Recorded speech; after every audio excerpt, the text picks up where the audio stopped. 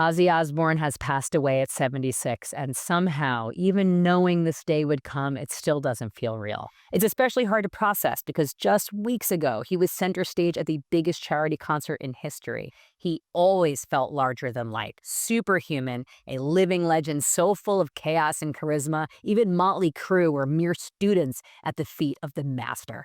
Ozzy didn't just help invent heavy metal, he defined what music could mean to people who felt like outsiders. He gave us permission to be loud, to be weird, to be real. With Black Sabbath, he changed the course of music forever. Their 1970 debut is widely considered the birth of heavy metal, and across 5 decades, Ozzy sold over 100 million albums and became one of the most influential artists in history. He was a Grammy winner, a two-time Rock and Roll Hall of Famer, and the undisputed godfather of metal, collaborating with everyone from Elton John to Post Malone. Even in his final years, he released 2 solo albums that were raw, reflective, and full of life.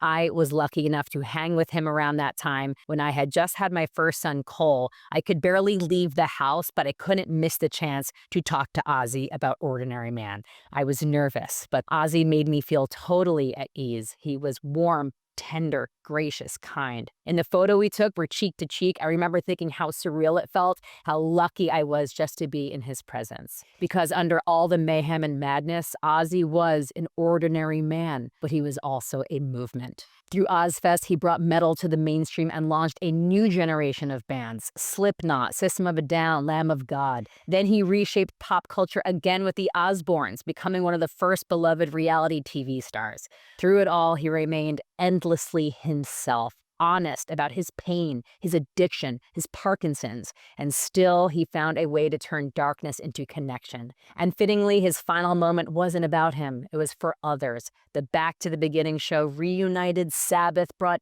everyone, Metallica, Guns N' Roses, Tool, and Youngblood to the stage. It was a passing of the torch, and his version of changes now carries Ozzy's heart forward for a new generation. Together, they raised nearly $200 million for pediatric hospitals and Parkinson's research. It wasn't a goodbye, it was a thank you, because Ozzy gave us more than music. He gave us meaning.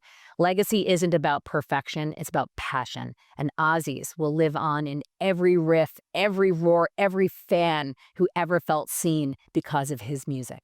So my heart goes out to Sharon. What an epic love story, his children, his grandchildren, and everyone who felt like Ozzy was family, because he truly was. And just like the family he created by connecting all of us, may we come together now and celebrate the light of the Prince of Darkness.